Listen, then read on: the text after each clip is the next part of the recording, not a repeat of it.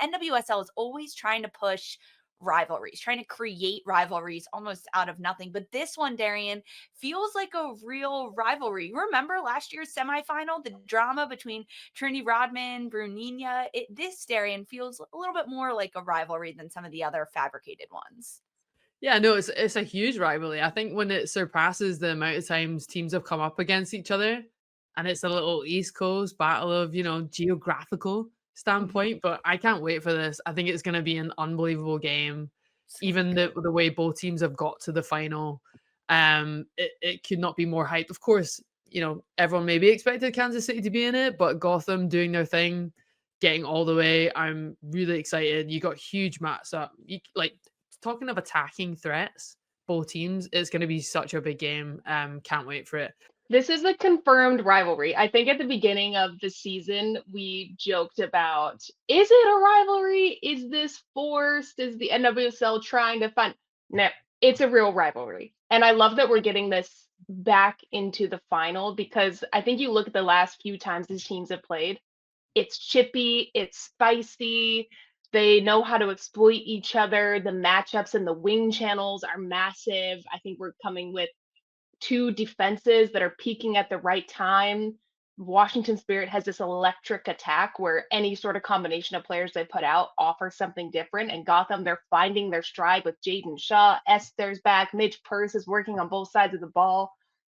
It's just going to be electric, and I can't wait. I think we're going to see a lot of cards in this game for some reason. I think it's Ooh. going to be very, very physical, and I can't wait because we love the stories. We love the drama. That's what we're here for. I think there's going to be some cards in this one, some feistiness. We're going to get some viral moments of people flying off the handle. And that's exactly what you want in a championship game. Everything is riding on it, especially when you have hotheads, people that get really into the game. Emily Sonnett, Trinity Rodman, what her status is going to be in this game. I don't even think it matters whether she's on the bench or starts this game or comes in later in it. You know you're going to get fireworks. I love this matchup between Washington Spirit and Gotham. I think there's a lot of different points we can look at of it, but we're going to play a little game of what if, sort of Ooh. what if. So what if Jaedyn Shaw balls out? Will Gotham win? Darian, does it, like, how much of this game rides on Jaedyn Shaw? I think it's an added layer if Jaedyn Shaw balls out, which we know she's going to. I think she's proven over 90 minutes she can be the player to rely on that's going to step up in those big moments, take the set pieces, go 1v1, do something bold to take that shot, get the goal. But this team has a lot of talent. And I think when you're looking at all of the players on their squad, and Spirit knows this as well, they have the same sort of flex when they go against teams. You don't have to rely on one person. If that person's balling out, whether it's Jaedyn Shaw, whether it's Rose Lavelle, you've got to double, triple team that player. Look at all the other players that are free when that happens. When everybody's in flow, when everybody's doing well, everybody's gunning to get a goal, looking attacking, looking confident and aggressive, it is strong. So who's going to ball out? Is it Midge Purse getting the MVP once again? Is it whoever's balling out? They have a bunch of problems. Both teams defensively have their hands full going against each other. So whoever steps up, it's going to be a big game. The thing with championships too is it's not always the most obvious person that does all like that it falls on the shoulders of. I think Esther has been really quiet as of late, and I think a lot of people have keyed in on her. And with Jaedyn Shaw having such an incredible game last week in the semifinal, I think that there's going to be a little bit more defensive energy geared Mm. towards Shaw from Washington Spirit, which might open up some other spaces and pockets. And I want Esther to cook. I want her to rise to the occasion of this championship Yeah. and remind us why she was in contention for the Golden Boot, why she was such a fun player to watch this year, because she really almost went invisible at times during the game against Washington, or the game against Portland in Yeah, I New think Orleans. that's what's so difficult though when you've been out injured, whether it's like Mhm. a short amount of time or a long amount of time. You want to come into these games, okay, maybe not playing every minute because you don't want to be like so tired come the end of the season, but you want to have a little bit of momentum, and that's especially with strikers. But speaking of defensively, I thought Sonnett has been unbelievable coming into these Incredible. playoffs. Like talking about aggression, stepping into midfield, interceptions. I felt like she nailed the timing and the decision making of that absolutely spot on every single time against Kansas early on, and of course in the semi as well. So another big performance from her. She's going to be up against Croix Bethune, whoever's playing up top, Kwesi, wherever. She just big steps into midfield. That's what I love about centre backs, and she's massively stepped up lately. Let's talk about Croix Bethune and Washington Spirit, because what if we're playing along with our game of what ifs? What if Croix has an all-star performance and continues to build on how well she's done? Jen, is that the key for Washington's success? I think she's definitely a key for their success. What I love about Croix is her movement into that space in front of a back four, just picking up balls in the midfield. If she's on her game, the thing is she can bring anyone into play. That's what I love about her. And that second goal to put the game to get to bed against Portland, just anticipating that little mistake. Who's on it? Croix Bethune. So for sure, any mistake from an opposition, she'll be on it. Any bit of quality in that midfield. Again, her space awareness, she just is so good at checking her shot, where's the space, dropping into that and picking up the ball. So of course, I love this game of what if though, because it's like, what if anyone is balling out? Like, but I feel like she knows she's got the quality around her, and I feel like she's the kind of connector for Spirit from back to front, can really create anything going forward, and there's goals in her. So yes, what if she balls out? Spirit will have a fantastic day. This game is tough because I know it is tough. What if everybody balls out? What if Jaelin Howell has the best game of her career and stops Croix Bethune?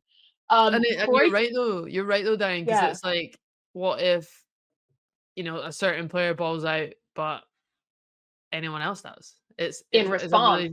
It's tough, but I do think with Croix Bethune, looking at how she performed in the semifinal match, this is OG swagger, put on the pitch, confident, tricky on the ball, texture, technique on 10 Croix Bethune that we saw last year before she got injured. And I think she's peaking at the right time. And they missed that. They missed that flavor, that spiciness that she brings when she's on the ball, when she's able to operate in pockets. But it's freaking tough, because if you're Jaelin Howell or you're Gotham, you're going to look, oh, she's looking good. Anytime she's on the ball, it opens up everybody else. And she has the technique and the ability, the vision to play these really tight, intricate passes behind our back line. We got to shut her down. If we shut her down, that's going to open up a bunch of stuff for us and not allow them to play forward. It's a game of chess and tactics, I think, between two coaches that have, especially through the playoffs, I think, really nailed down how they're approaching their matches. I think the subbing's been excellent. The tactics, the adjustments, not getting too tight in the game, which I think Washington Spirit did in the quarterfinals and ended up biting them and let Louisville back into the game. And they didn't do that in the semifinals. So it's going to be a lot of chess of moves between the coaching staff, because when you're a player, it's a championship game. You're going to go play your absolute best. You're going to show up. You're going to be physical. You're going to make a statement at any point that you can. But to me, it's going to be down to tactics. Is going to be what if somebody doesn't sub right? What if they go into a low block when they should be in a mid block press? Those to me are the moments where I'm like, that's going to win the game. Yeah, game management ultimately in this one. If Darian, you mentioned the subs coming in, I think that Washington has the better rotation, has the better arsenal of players off the bench. Maybe not better is the right word, but the more impactful. Like, I mean, well, Trinity Rodman, her status, if she starts the game, if she comes in off the bench, of course that makes a difference. But I have been so impressed with Deborah Abiodun and her ability to come into the game as a first-year professional for Washington and influence it, change the way that Washington plays, because her style in the midfield and a little bit more defensively is different than the players that Esther Gonzalez is starting with in this game. And when Abiodun comes on, she keeps the ball. She has a little bit of more creativity when she moves forward with it. That is different and just provides a different look. And how Audrey utilizes those different players to come in could change everything in this game. So as the game goes on, if it goes through the full 90 minutes, if it goes into extra time, if it goes into penalties, Darian, you're talking about these tactics, about the subbing, about the rotation. How much does the complexity of the game change the longer the game goes on in a championship match? Well, both of these teams have played in extra time. What, 145 minutes plus? Jesus Christ. The complexity of the game is massive because you have to think the player you're putting on, are they going to offer equal on both sides of the ball? Are they going to be pick the right moments to attack, but also be conservative defensively? Because I'm thinking of Gotham, you have to respect Spirit's attack. And you're right. I do think the subs that they have coming on are more electric in the attack. They're going to go 1v1. They're going to try to turn you around. They're going to be a little bit more aggressive, where I think as Gotham has subs that are a little bit more pragmatic on both sides of the ball. Oh, so it's tough. And then you have to think about, if this goes to penalties, do we have set piece takers? Do we have someone that's confident stepping up? It's a chess match, you guys. It's tough. It's so hard to do the what ifs, the I hypotheticals, know. because That's knocks can happen. Of course. Someone can get a red card. Someone, yeah. Who knows? Extra time definitely changes it. Like especially when you have the ball, you can't attack every single time. You have to be much more mindful because legs are tired. But you were talking about subs for Spirit, and then I'm seeing Stengel come on and make such an impact late in the game, and kind of both. I'm saying that was a very, very, very long free kick. So set pieces have been so key for Gotham, and when it comes to extra time, they're your moments where you have a little bit of reset. It doesn't need to be frantic. You can take your time with it. Set pieces are going to be like so key in any knockout game, but even more so in extra time, where you can't attack every single time. So you've got a moment to kind of take advantage of taking a breath, and people coming off the pitch and being fresh, and like your Stengel's coming in, who's made such an impact already. So I'm gonna take a breath now. The chat is blowing up about the goalkeepers in this game, because E-Man said it best. You have two of the best goalkeepers in the NWSL competing against each other. Aubrey Kingsbury for Washington Spirit and Katrin-Berger for Gotham FC. Neither side wants it to get into penalties, knowing that you have brick wall players in between them. It is between the two best, arguably, in this league. If you had to give an edge to one of these keepers in penalties, who would you give it to? I would say Berger has made some insane saves in this past even 6 months. I'm gonna add the best save at the Euro for sure. Yeah. Was that against Germany or Spain? Someone remind me. That was against France, wasn't it? France? The one where she hit her defender and she tipped the ball. What? Yeah, it was France. You're right. When they were down a player, obviously, and then most recently in extra time again, just big saves. So I know we're talking PKs, but I mean, we're Berger saying a keeper. Gotham in that game this past weekend at the very end. So Jen, you're going Berger? I'm going AKB. Yeah. Oh, if we're talking specifically penalties, I'm going Kingsbury. Kingsbury. I think when you think about stepping up for penalties in a high octane moment, your entire season, everything you've worked for on the line, the pressure is on the shooter. You have the entire goal to put it in. And then you look at your goalkeeper. Of course, AKB, I would be so intimidated. But then I look at Aubrey Kingsbury. Oh, shit.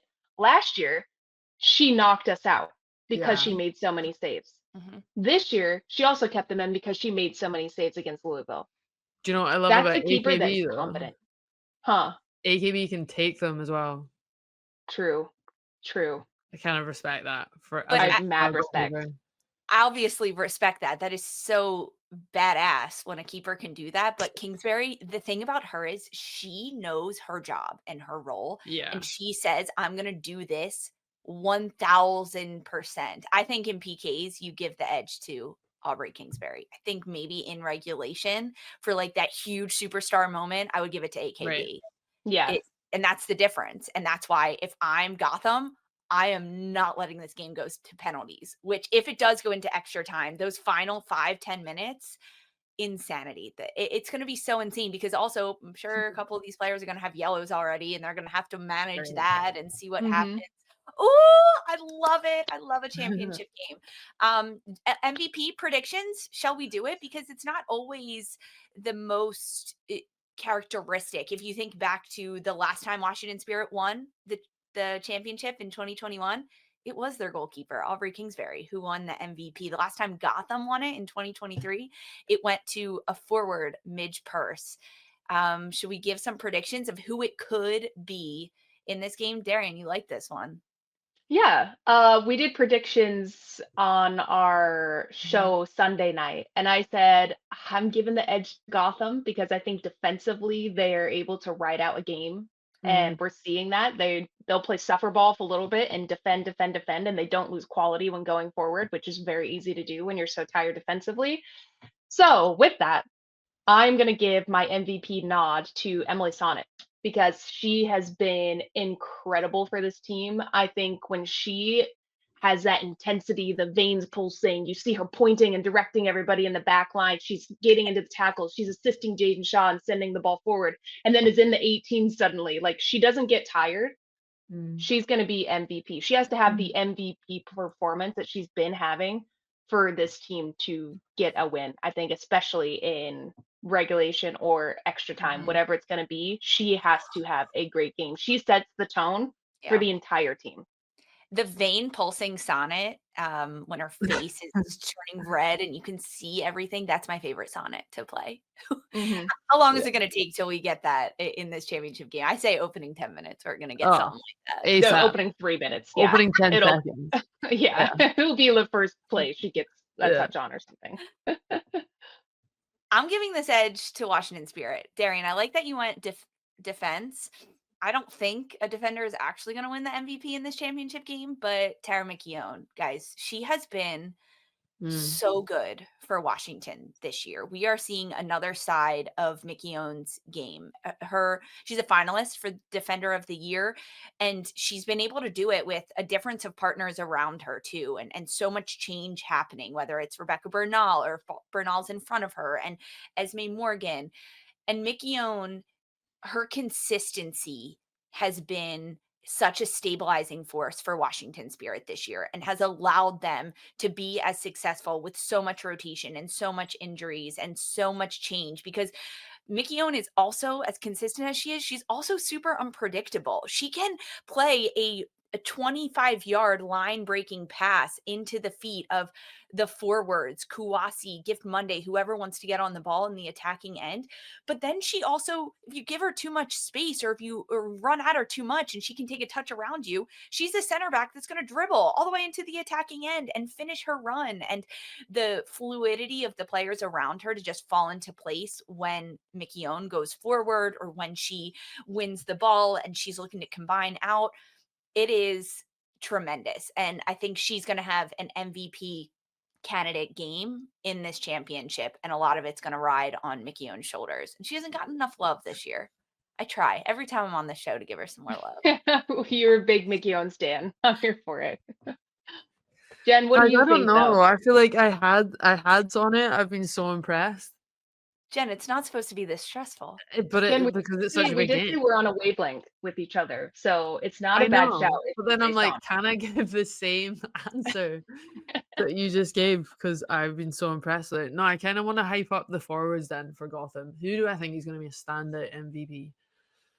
People in the chat are giving love to Katie Stengel. They're saying Katie Stengel MVP for Gotham. I don't think she's going to start.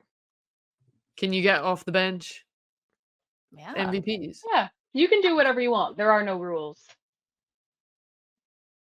I'm scrambling in my brain because Sonnett was my one, but I think now I'm going to go for Jaedyn Shaw just because of the momentum that she's picked up lately. And I think of the years she's had in general, of the difficulties coming back from it.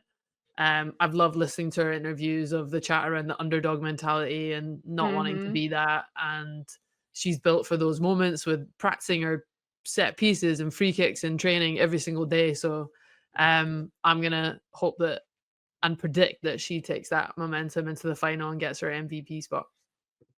I think that's very doable. Absolutely possible. I think it, honestly, I know I just said Tara McKeown. It could be either of the goalkeepers too, depending on how this game kind of shakes out at the end. I could see it being a goalkeeper MVP.